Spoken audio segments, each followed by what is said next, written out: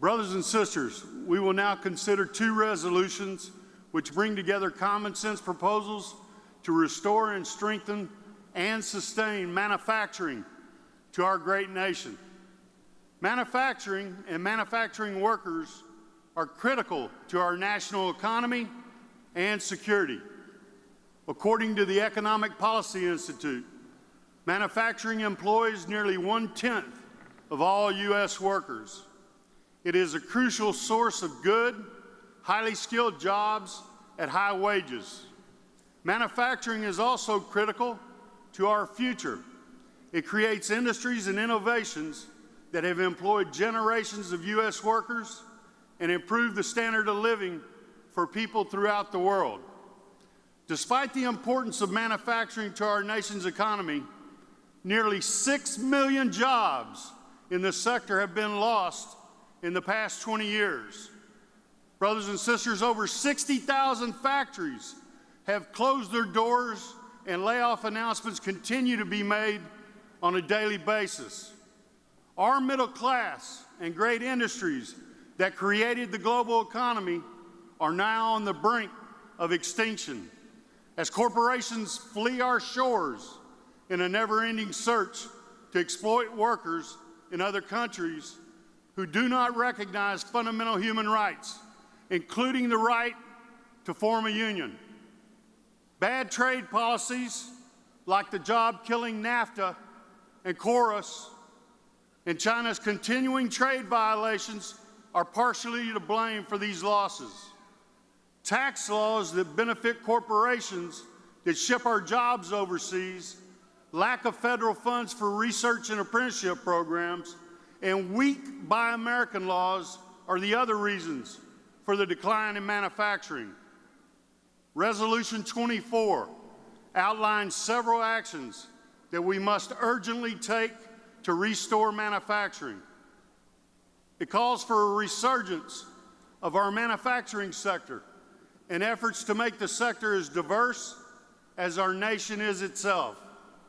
It calls for a sector that honors the right of every worker to enjoy the true benefits of belonging to a union. It also calls for fair trade policies that puts the world's workers first by dramatically reforming NAFTA and stopping China's unfair trade practices. It demands the adoption of strong Buy American laws, fully funded apprenticeship programs and training programs, and carefully implemented policies regarding automation and the introduction of new technology that will benefit workers, not put them out of a job. Lastly, the resolution endorses the creation of state industrial union councils. Working with the National Industrial Union Council, these state councils will help support manufacturing jobs and work throughout our country. Resolution 29 supports 100% Buy American defense procurement. In the last 10 years alone, the Department of Defense spent over $200 billion to purchase foreign-made goods. The impact of these purchases has resulted in the loss of good-paying jobs here at home and deprived many Americans of a path to the middle class. These purchases also threaten the future of our defense industrial base, and they threaten our national security.